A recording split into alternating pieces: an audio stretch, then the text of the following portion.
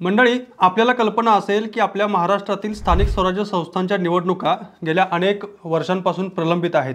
अगदी काही ठिकाणी 4-4, 5-5 वर्षांपासून निवडणुका झालेल्या नाहीत आणि अशा परिस्थितीत आज सुप्रीम कोर्टामध्ये या स्थानिक स्वराज्य संस्थांच्या निवडणुकांच्या अनुषंगाने एक अत्यंत मोठी अपडेट समोर आलेली आहे आणि सुप्रीम कोर्टाने या संदर्भात काही निर्णय घेतलेले आहेत।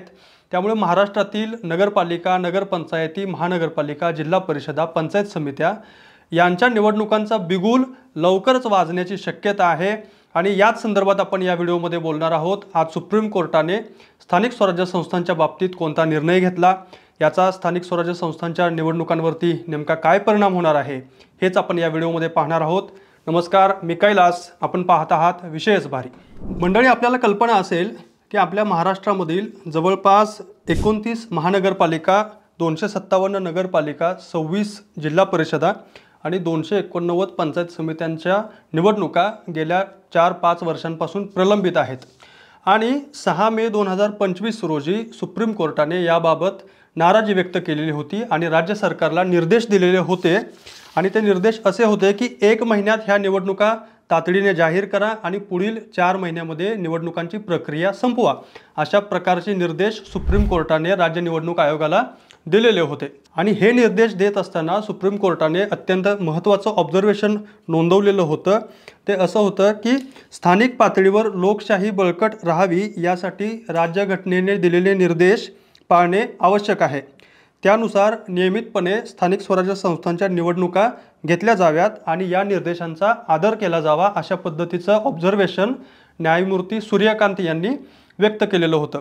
आणि यानंतर राज्य सरकारनं निवडणुकांच्या दृष्टीनं प्रभाग रचनांचा निर्णय घेतला आणि साधारण 10 जून 2025च्या दरम्यान राज्य सरकारनं नवीन प्रभाग रचना जारी केल्या। मात्र या प्रभाग रचनांवरती काही नगरपालिकांच्या पदाधिकाऱ्यांनी आक्षेप घेतलेले होते आणि विशेषतः औसा नगरपालिकेचे माजी नगराध्यक्ष अफसर शेख यांनी याच्यावरती आक्षेप घेत सुप्रीम कोर्टामध्ये विरोधी याचिका दाखल केलेली होती। आणि अफसर शेख यांचं असं म्हणणं होतं की नवीन प्रभाग रचनेला वेळ जाणार आहे, त्यामुळे जुन्या प्रभाग रचनेनुसारच निवडणुका घेतल्या जाव्यात आणि याच्यावरती सुप्रीम कोर्टामध्ये सुनावणी सुरू होती आणि यावरती सुप्रीम कोर्टानं आज अत्यंत स्पष्टपणे निर्देश दिलेले आहेत आणि सुप्रीम कोर्टाने ही अफसर शेख यांची याचिका पूर्णतः फेटाळून लावलेली आहे आणि सुप्रीम कोर्टाने असे निर्देश दिलेले आहेत की राज्य सरकारनं जी काही जाहीर केलेली नवीन प्रभाग रचना आहे त्यानुसारच या निवडणुका घेतल्या जाव्यात, अशा प्रकारचा आदेश, निर्देश, सूचना सुप्रीम कोर्टाने दिलेली आहे। आणि यासह सुप्रीम कोर्टाने अजून एक महत्त्वाचा निर्णय पुन्हा एकदा कन्फर्म केलेला आहे, तो म्हणजे ओबीसी आरक्षणाचा। याच निर्णयाच्या वेळी सुप्रीम कोर्टाने असं सांगितले की ओबीसी आरक्षणाच्या सह आणि नवीन प्रभाग रचनेनुसार या निवडणुका व्हाव्यात। यापूर्वी सुप्रीम कोर्टाने 6 मेच्या निर्देशामध्ये असं सांगितलेलं आहे की 27% आरक्षण, जे जुनं ओबीसी आरक्षण होतं त्यानुसार निवडणुका घेतल्या जाव्यात आणि आजच्या निकालामध्ये सुद्धा सुप्रीम कोर्टाने हे आरक्षण कायम ठेवलेलं आहे। आपल्या महाराष्ट्रातील जवळपास सर्वच महत्त्वाच्या महानगरपालिकांच्या निवडणुका या गेल्या अनेक वर्षांपासून प्रलंबित आहेत। याच्यामध्ये मुंबई महानगरपालिका असेल, पुणे महानगरपालिका असेल, नाशिक, नागपूर, छत्रपती संभाजीनगर, कोल्हापूर, सांगली अशा सर्वच महानगरपालिकांमध्ये सध्या प्रशासकांचा कार्यकाळ सुरू आहे आणि प्रशासनाच्या हातात सगळा कारभार असल्यामुळं लोकप्रतिनिधींचा कुठलाही अंकुश या कारभारावरती राहिलेला नाही। यामुळे नागरिकांमधून मोठ्या प्रमाणात नाराजी आपल्याला दिसून येत आहे आणि स्थानिक स्वराज्य संस्थांच्या निवडणुका कधी लागणार आणि लोकप्रतिनिधी नियुक्त होऊन या संस्थांमध्ये कधी येणार याचीच प्रतीक्षा आता सर्वांना असल्याचं आपल्याला दिसून येते। आणि सुप्रीम कोर्टाने आज जो काही निकाल दिलेले आहे, जो काही निर्देश दिलेले आहेत त्यानुसार या निवडणुकांचा मार्ग आता मोकळा होणार असल्याचं आपल्याला दिसून येते। आणि याच अनुषंगाने मुख्यमंत्री देवेंद्र फडणवीस यांनी आज एक महत्त्वाचं स्टेटमेंट दिलेलं आहे। त्यांनी असं सांगितलेलं आहे की 6 तारखेला राज्य सरकार निवडणूक आयोगाकडे प्रभाग रचनेचा जो काही डेटा आहे, सर्व माहिती ती सुपूर्द करेल आणि नगरपालिका, मनपा यांच्या निवडणुकांचं जे काही प्रभाग रचना आहे ही जवळपास राज्य सरकारने निश्चित केलेली आहे। ती राज्य निवडणूक आयोगाला सुपूर्द केल्यानंतर त्याच्यावरती निवडणूक आयोग योग्य तो निर्णय घेईल, अशा पद्धतीचं माहिती त्यांनी आता दिलेली आहे। यासोबतच सामाजिक न्याय मंत्री संजय शिरसाट यांचं सुद्धा एक महत्त्वाचं वक्तव्य समोर आलेलं आहे। त्यांनी असा अंदाज व्यक्त केला आहे, अंदाज आहे की आधी जिल्हा परिषदा, पंचायत समित्या यांच्या निवडणुका होतील, म्हणजे ग्रामीण भागामध्ये ज्या जिल्हा परिषदा आहेत, पंचायत समित्या आहेत, या निवडणुका आधी होतील आणि त्यानंतर नगरपालिका आणि नंतर शेवटच्या टप्प्यामध्ये महानगरपालिकांच्या निवडणुका घेतल्या जातील अशा पद्धतीचा अंदाज सामाजिक न्यायमंत्री शिरसाट यांनी व्यक्त केल्याचं आपल्याला दिसून येत आहे। त्यामुळे सुप्रीम कोर्टाने नव्या प्रभाग रचनेसह आणि ओबीसी आरक्षणासह या निवडणुका घेण्याचे निर्देश दिलेले असतानाच आज त्याच्या विरोधी असलेल्या काही याचिकासुद्धा पूर्णतः फेटाळून लावलेल्या आहेत। त्यामुळे स्थानिक स्वराज्य संस्थांच्या निवडणुकांचा मार्ग मोकळा होणार आहे आणि कोणत्याही क्षणी या निवडणुका जाहीर होतील अशीच परिस्थिती येत्या काळामध्ये दिसेल। त्या पद्धतीची विधानंसुद्धा मुख्यमंत्री आणि काही मंत्र्यांनी व्यक्त केल्याचं आपल्याला दिसून येत आहे।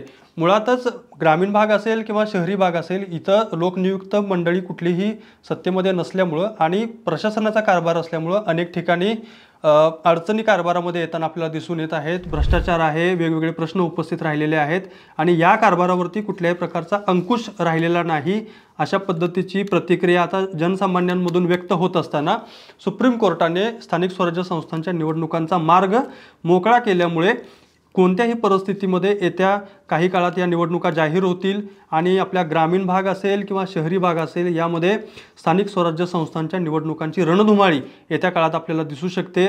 आता यापुढे जाऊन सध्याची राजकीय परिस्थिती पाहता महायुती आणि महाविकास आघाडी यांच्यामधील जे काही आता सध्याचं वातावरण आहे हे पाहता हे एकत्रितपणे निवडणुकांना सामोरे जातील का हा सुद्धा प्रश्न असणार आहे। महायुती या निवडणुकीसाठी एकसंध राहील का, महाविकास आघाडी या निवडणुकीमध्ये एकसंध राहील का, की हे पक्ष वेगवेगळ्या पद्धतीने निवडणुका लढवतील। विशेषतः मुंबई महानगरपालिकेमध्ये दोन्ही ठाकरे बंधू एकत्र येणार का याकडे सुद्धा आता सर्वांचं लक्ष असणार आहे, कारण या सुप्रीम कोर्टाच्या निकालामुळे ही निवडणुकीची प्रक्रिया आता अधिक गतिमान होताना दिसू शकते। तसेच या निवडणुकांमध्ये महत्त्वाची एक गोष्ट मानली जाते की ही निवडणूक ही सध्याच्या राजकारणाची एक लिटमस टेस्ट म्हणून पाहिली जाते। ह्याच्यामध्ये कोणता पक्ष एक नंबरला येणार, सर्वात जास्त जागा कोणत्या पक्षाचा निवडून येणार याकडे सुद्धा सगळ्या जनतेचं, लोकांचं आणि अगदी देश पातळीवरून लक्ष असतं। त्यामुळे येत्या काळामध्ये या निवडणुकांना महाराष्ट्र कशा पद्धतीने सामोरा जातो हे सुद्धा पाहावं लागेल। मात्र सुप्रीम कोर्टाच्या आजच्या या निकालामुळे या निवडणुकांचा मार्ग सध्या मोकळा झालेला आहे आणि येत्या काळात लवकरच या निवडणुका जाहीर होतील अशी आता आपल्याला अपेक्षा आहे। तर मंडळी, हा व्हिडिओ आपल्याला कसा वाटला हे कमेंट बॉक्समध्ये नक्की सांगा। तसेच हा व्हिडिओ आवडला असेल तर लाईक करा, शेअर करा आणि या महाराष्ट्राच्या स्थानिक स्वराज्य संस्थांच्या येऊ घातलेल्या निवडणुकांमध्ये नेमके काय निकाल येतील, याच्यामध्ये कोणता पक्ष एक नंबरला राहील आणि याबद्दलचे आपले जे काही प्रतिक्रिया असतील, हा व्हिडिओ कसा वाटला हे सुद्धा कमेंट बॉक्समध्ये नक्की सांगा। आणि विशेष भारीचं यूट्यूब चॅनल नक्की सबस्क्राईब करा। विशेष भारीचं फेसबुक पेज विशेष भारी FB ला फॉलो करायला विसरू नका। धन्यवाद।